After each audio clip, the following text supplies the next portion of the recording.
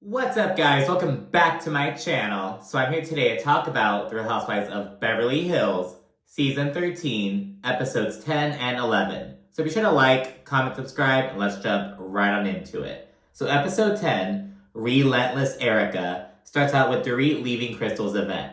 And afterwards, Erica has her moment with Denise, just like, oh, who's more profitable on OnlyFans, you or your daughter Sammy, blah, blah, blah. And no one says anything after Erica's little, shady ass fucking question. And Erica says that Denise was also talking about Dick at that event. And Denise is like, no, I wasn't. That's a lie. Though we see a clip that shows that Erica was telling the truth. And Sutton also confirms this in the confessional. She's like, Denise, at the event in question where Erica made the offhand comment about, threesomes and whatnot, Denise was talking about her husband's penis. Now, granted, it was her husband's dick, you know what I mean? It wasn't, but I don't know. Is that worse? What's worse, talking about dick in general or your husband's dick? I don't know. Let me know what you think down in the comments. But yeah, so it's that's going on. Erica also says, I already apologized to you back in fucking 2019 after Denise had a one-on-one with Erica and brought this up. Though Denise is like, no, you're the one who brought it up, Erica. Though we see a clip that, again, proves that Denise was wrong. Denise brought it up to Erica. Erica apologized in the moment and whatnot. And it seemed like it was done, you know what I mean? In the middle of the intense Erica-Denise situation, Kim breaks the tension by excusing herself. She's like, all right, I gotta go. All right, bye. And Erica says that Denise failed. She's like, you had your chance at the weed dinner. You tried again tonight. You failed then and you failed now. I'm done. This conversation's over. Fuck off. And she walks away. And once she gets up and stuff, Kyle says, kids are off limits. And Garcelle's like, well, why don't you say that when Erica is right there? Why don't you stick up for Denise in the moment? And Kyle responds by being like, well, why didn't any of you guys stick up for me when, Garcelle and Sutton were asking about the ring at my weed dinner? Why did no one stick up for me? If this is a fucking every man for himself, it's gonna be like that across the board. Basically, you bitches didn't stick up for me, so I'm not sticking up for you bitches. You know what I mean? So, I see Kyle's point, but I see Garcelle being like, why did you wait until Erica got up to say, you know what I mean? So, I don't know. I really do get it. Because Kyle, I don't say anything at all. Because I also thought that. I'm like, well, why didn't Garcelle say something? But it's Kyle waited until Erica got up to, it's girl, just either say something in the moment or shut up, you know what I mean? The event ends at that point, that's a new day, and we see that Dorit has Erica over. And Erica fills her in on the Denise of it all, because, again, Dorit left right before that shit all popped off. Afterwards, Erica asks Dorit about her issue with Garcelle. She's like, what happened? I kind of missed that, fill me in. And Dorit says that she's still processing it, and that, she triggered Garcelle, it seems. It's kind of talking about that. We also see Garcelle venting to Sutton about it on FaceTime. She says she cried herself to sleep that night. And she was like, Dorit is labeling her. And Sutton gets where she's coming from. I'm like, you cried? Garcelle, you cried over, I don't know. And I get it, you know what I mean? Especially with, it seems like it's a straw that broke the camel's back kind of situation, you know what I mean? Just pile on. But it's Garcelle, and Erica says that Dorit isn't a malicious person, and, she thinks that she'll do better now that she's, aware of this stuff. But Sutton thinks that Dorit lives in a bubble. Sutton's really echoing Garcelle's commentary on Dorit. We then see Sutton have a meeting with Alessandra, and she gets the rundown on Sutton's recent date, and she also gives some feedback. Alessandra sets Sutton up on a date with another guy, and it goes well later on. He actually asked her out on a second date, so good for Sutton. He's actually really handsome as well, more handsome than the last guy. Kyle has Kim Richards over. Oh, what did I say Kim? Kyle has Kim over. Of course, it's Kim Richards. I'm tired, girl. I had a long day. Kyle then opens up about, some hummingbird symbolism about how after her mother, Big Kathy, passed away, she started seeing hummingbirds more often and whatnot. And my stepmom's really good friend, when she always said, oh, when I pass away, I'm gonna return a hummingbird form or whatever. And when she passed away, there's one day they found like a hummingbird nest like on top of a light on our porch, and like little things like that. You know what I mean? So hummingbird's definitely like that like symbolism kind of thing. She also mentions that after she and Kim had their big fight in season 1 in the back of the limo, like the very next morning, Kyle found a dead hummingbird. And she's like, oh my god. It was like this whole thing. Kim pushes Kyle to reconcile with Kathy at that point. But Kyle says, like, she's kind of wary because Kathy is mean. Like, she doesn't like to communicate sometimes. She can't, like, be genuine with her. And she's just mean to her. And, she just says, like, she's tired of being mistreated and whatnot. She wants Kathy to take accountability. And Kim questions if either of them truly want to reconcile, though. Because she says that, like, because Kim's cool with both of them right now. So Kim's talking to both of them. And essentially both Kyle and Kathy are like, ooh, what is the other one saying? Does the other one want to reconcile? And she's like, no, you guys both have to come to that point. They're just not ready yet, you know what I mean? And, like, you can't really force that shit. When it comes, you know what I mean? And it seems like Kyle's really in a new era. Maybe this is where she's able to just cut Kathy off if it's not serving her, you know what I mean? And Kim really emphasizes that their mother would have never wanted this. We then see Crystal at home. She's having Passover Seder with her family. She's talking about how, like, Chinese and Jewish cultures are, like, similar. Just talking about that shit. She then vents to Rob about how the group is, like, demanding for Crystal to, like, speak up more and whatnot. We see a little deleted clip of Crystal being like, this group wants me to yell all the fucking time! Like, almost like, they don't take Crystal seriously unless she's, like, getting in the mix. And, she had a slow start to the season. She started kind of getting in it a couple episodes back. Now we're going to see her popping off with Anne-Marie finally. So, she's in the mix and whatnot. She is probably, like, the wealthiest of all the women. I will also acknowledge that. We don't really, like, well, I guess you kind of do if you, like, are looking for it, you know what I mean? But we don't, like, see a lot of that, like, glam from Crystal, you know what I mean? I don't know, but yeah, so she's kind of getting annoyed with the group because of her whole, like, speak up bullshit. And Crystal also opens up about how, because everyone's on fucking Ozempic and losing weight, and she's seeing everyone, and she's, like, kind of getting to that point where she's, like, comparing herself to them. And it sucks because she, like, just started getting comfortable with the group, essentially, and she's now getting brought back to this place. Because, she had an eating disorder in the past. She's, like, so it's, wonder if, like, that could explain some of, like, the reason why Crystal hasn't been as in the mix. She admits that, like, she's kind of getting distracted, like, because she's so self-conscious and whatnot. So she's opening up about that, and I really appreciate that, because, it's real, you know what I mean? Like, damn, it's, like, everyone's on this shit, and it's, like, it's not healthy, you know what I mean? Like, it's getting people addicted to the idea of, like, being skinny, the feel of it, and the second they're off the shit, you gain the weight back. It's no bueno, you know what I mean? But yeah, then the last scene is Garcelle and Dorit. They link up for a one-on-one, which is awkward as fuck. In, like, 2 minutes, they say, like, one sentence, and it's just, like, very awkward. Garcelle says that the word attack hit her across the face, basically, and she says that it's labeling and that Dorit needs to be more aware. And Dorit says that the word attack has been used hundreds of times in the group, and we see a few recent examples of, like, various people saying that other people attack them, these attacks, like, some examples of the past couple of years. And, Garcelle's like, oh, but the word was never used towards me, though. This word may have been used, like, in all these other contexts, but it was never used towards me. And let me just say that Dorit saying that Garcelle was attacking her, that probably wasn't the right word choice. Garcelle wasn't cursing at her. She wasn't, like, being combative or, like, having a conversation. But I'm not going to sit here and act, like, in the context of Real Housewives. That's, girl, come on. Like, it's not, like, I'm sorry, like, Garcelle saying she cried over this shit, like, I'm sorry, girl, really? But anyways, Garcelle says that Dorit had bad intentions of using the word attack.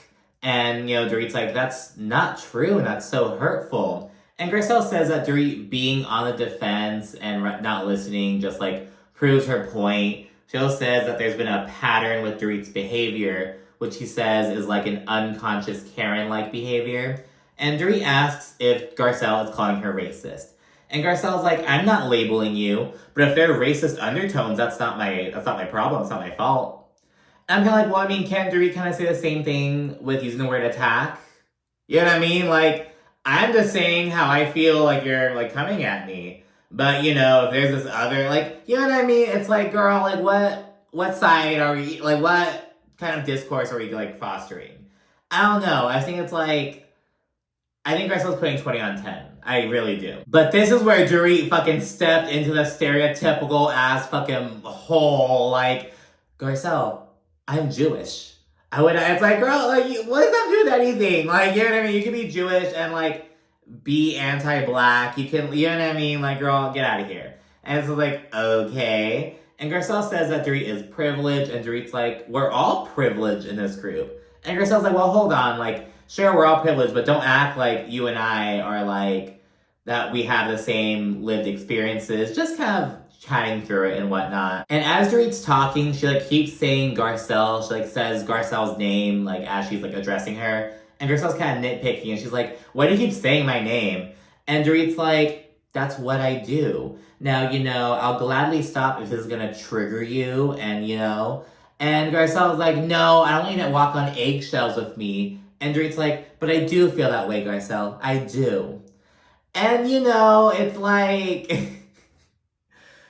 oh my gosh. Because, yeah, it's like...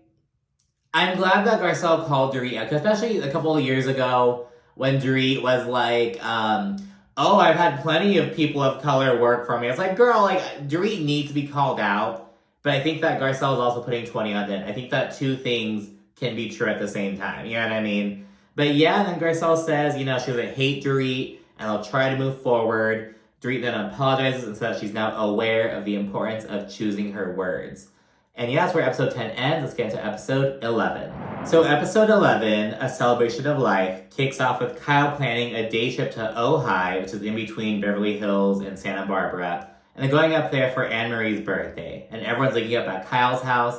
Everyone except Erica, because she tested positive for COVID.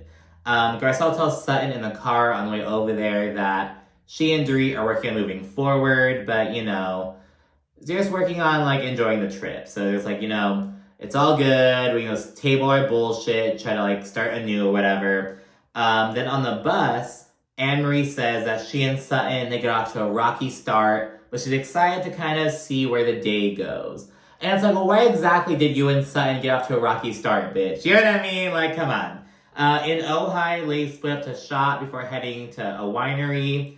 While there, Kyle opens up about feeling less connected to LA, and she really wants to, like, move somewhere more outdoorsy, you know what I mean? And I really feel that, to be honest, because, you know, back in 2019, I moved to Vermont for 2 years, and I was at a stage, so I was there for, like, school, so there's that, but, like, I feel like I didn't really appreciate it for what it was at the time, because I was very much like, hot girl summer, I want to go partying, I want to go clubbing, I want to do that. Yeah, I was 22 when I moved there, so I was like, you know, I spent the whole summer going out in, like, San Diego, LA, blah, blah. Then I moved to Vermont, which is, like, so different. But now I'm, like, a couple years older, and I feel I love it. You know, recently, I didn't go to Vermont recently. I went up to Maine and just had a great time. I love being by the forest. I'm from the desert, so it's, like, a totally different biome. Because to me, it's, like, I'm either in the desert or I'm, like, in the fucking, like, the beach area. You know what I mean? But, like, no, I like the forest. You know what I mean? Like, oh my gosh, I just love it. The air, like, the vibes, and it's a little spooky at nighttime, but, like, in a fun, I don't know. I love the woods. I think I'd want to try to go out. Like, I really feel Kyle's point about that. You know what I mean? She says she's kind of waiting for Portia to finish school and whatnot, and, you know, maybe get a place that's more conducive to this new lifestyle would make her more happy and whatnot. So yeah, good for her. And at lunch, Kyle pulls out a table topics game. And Crystal pulls out a card that's basically daring her to lick someone's toe at the table. And Sutton volunteers to lick Kyle's. And Crystal's like, red flag! Because, like, no, like, Sutton wasn't, like, she was like, I'll do it. And it's like, girl, what? You know what I mean? It was like, it's kind of funny. So she does it. And the whole time I'm like, but what would the fucking, the ballet board think? You know what I mean? The ballet foundation. There's another question regarding husbands communicating with women on social media. And Cal admits to fight with Mauricio about this, and not even about DMs, because she's like, no, it's a total no-no, but like, you know, liking people's shit and following people and whatnot. So she kind of talked about that, and she acknowledges that, you know, all these hoes are falling into his DMs and shit, and like, he doesn't respond, but she still knows that like these women are like trying to get at him. He's active on social media and whatnot. Just kind of talking about that. And at that, because remember, they're playing a game, kind of like pulling cards and whatnot. Kyle randomly doesn't even fucking pull a card. She pulls this out of her fucking ass damn near. She asks the table, would you ever date a woman? And everyone's like, no. And Garcelle's like, I think about it sometimes. I like think about it. And, you know, they ask her, and Kyle's like, yeah, I would. And I'm kind of like, okay, why are you acting like dating women? It's like, why not ask, like, would you kiss a woman? Would you, like, well, I mean, I guess a lot of them may have kissed a woman. Because it's kind of different with girls, you know what I mean? Because my way of thinking is, like, it's a lot easier to, like, kiss someone than, like, date someone. You know, it's, like, more of a commitment, but I don't know if I can say, I'm just fucking word vomiting. I don't know, but Kyle, like, asked this random-ass question, and she said that she would totally be down, so it's like, okay, Kyle. And as the game continues, Sutton winds up putting her tongue in Dorit's mouth. Again, someone else gets a card, like, oh, put your tongue in the person's here left's mouth, and Dorit's like, oh, I'll do it! No, Sutton is like, I'll do it. It's like, girl, like, you down-ass bitch. And before leaving, Cal tells the group about an upcoming celebration of life that she's going to be having in honor of her friend Lorraine. I think it's specifically to commemorate the 1-year anniversary of her passing. But yeah, then we're back in Beverly Hills from Ojai. We see Garcelle at home with her sons. She's having a typical empty nester moment, like, oh, you guys are going to be like leaving to college soon. And one of her sons is like, we're 15. And I'm like, yeah, Garcelle, it's gonna be a storyline like for next season and season after that too, girl. Like the empty nester storyline is so like, I get it. You got like the season right before they graduate high school. I don't need you to talk about empty nesting all throughout. You know what I mean? It's just like, okay, Garcelle. She also is talking to them about sex and everything, because the one with the girlfriend, I think it's Jade. He's like, no. Jade is the one who told Garcelle he wants more freedom. Jax is the one with the girlfriend. He's like, oh, when can Ashlyn spend the night? And she's like, no, it's just typical shit. Not too interested in it. I would see Dorit and PK, again, not super interesting, but they meet with a therapist and want to work through some of their issues regarding, like, Dorit still feeling unsupported with her PTSD stuff. PK says he understands some elements of the PTSD, but there are others that he finds more obnoxious. In a confessional, Dorit says that PK is sometimes kind of harsh and mean with her when he used to not be like that. And PK, in turn, he's like, you know, when I first met Dorit, she was so bubbly and whatnot, and now she's just so high maintenance. I don't know, something like fucking drifting apart. As they chit-chat, PK says he gets kind of emotional trying to understand Dorit's PTSD. And the moment he says, oh, I get emotional, Dorit, she starts on her fucking mother goose shit, like, oh, baba, I think I hate Dorit and PK's pet talk shit, like, the most out of any, like, I just hate it, like, oh, baba, it's, oh my god, like, stop it!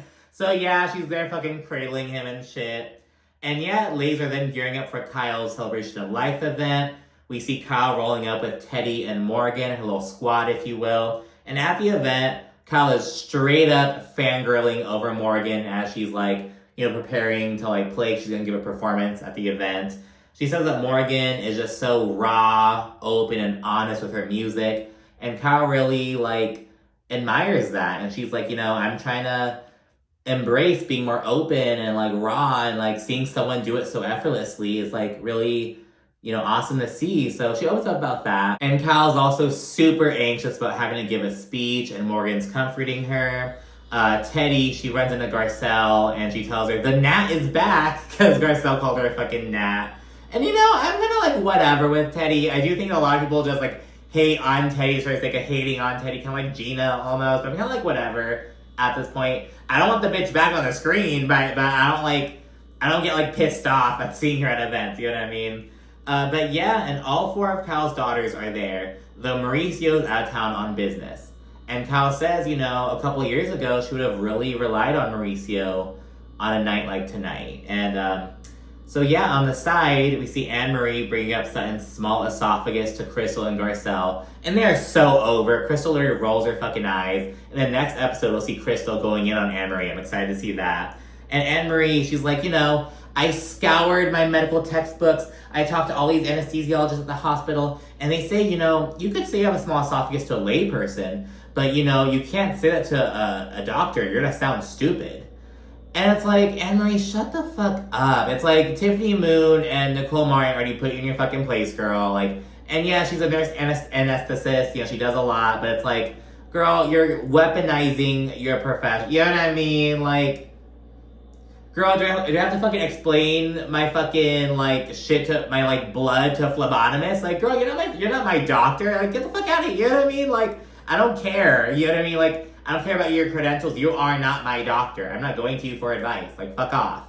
So, yeah, there's that whole situation. And it's just like, why are you still bringing this up? Like, you know what I mean? Like, after Ojai, that was a perfect moment to just, move on. Now you're not. You're bringing this shit back up. So fucking dumb. And Anne-Marie suggests, that, again, having a small esophagus is not a medical diagnosis, which just confuses me. It's like, people have enlarged hearts, they have fucking, small whatevers, they have, what do you mean it's not, you could be born with some, what? It's, so stupid. She then suggests that one reason for Sutton's small esophagus could be an eating disorder, which Crystal dislikes, because, Crystal's been know about her own eating disorder. And Anne-Marie, she's, being stupid, because Crystal's like, you're suggesting that Sutton has an eating disorder? Anne-Marie's like, no, I'm not. And Crystal's like, you said eating disorder. Anne-Marie's like, no, I didn't. But she literally just, it's like Anne-Marie's just being so stupid. She's like, oh, for the record, Crystal said that. Those are Crystal's words, not mine.